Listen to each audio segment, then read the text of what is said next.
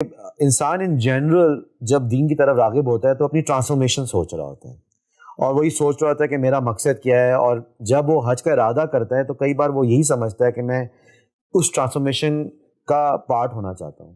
آپ کی نظر میں آپ نے یہ تو بتا دی جب ہم حج میں جا رہے ہوں تو ہمیں کیا سوچنا چاہیے، کہ جب ہم حج سے واپس آ رہے ہوں تو آپ کے ذہن میں وہ انسان کس ٹرانسفارمیشن کو مد نظر رکھتے ہوئے واپس آئے؟ دیکھیے، جو بڑے ریچولز ہوتے ہیں یہ آدمی کے اندر ایک بڑا جذبہ تو پیدا کرتے ہیں، اور آدمی جانے سے پہلے سوچ رہا ہوتا ہے کہ میں وہاں جاؤں گا، اور وہاں جا کر جب میں اتنا بڑا کام کروں گا تو اس سے لازماً میرے اندر کوئی اتنی بڑی تبدیلی آنی چاہیے کہ جس کے بعد لوٹوں تو لوگ کہیں کہ بھئی یہ بالکل مختلف انسان ہے۔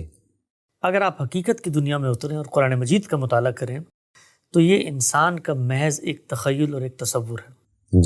دنیا کو اللہ تعالیٰ نے ایسا بنایا ہے کہ ہر لمحے یہاں پر امتحان ہے، اور اس امتحان میں یہ نہیں ہے اللہ تعالیٰ کا مطالبہ کہ آپ پھسلیں گے، نہیں، یہ مطالبہ نہیں ہے، آپ پھسلیں گے، آپ حج کے دوران پھسل جائیں گے۔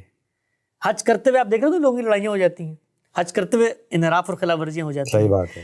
آپ واپس آئیں گے، پھر گریں گے، پھر پھسلیں گے، پھر بھولیں گے خدا کو، پھر شیطان کی طرف جائیں گے۔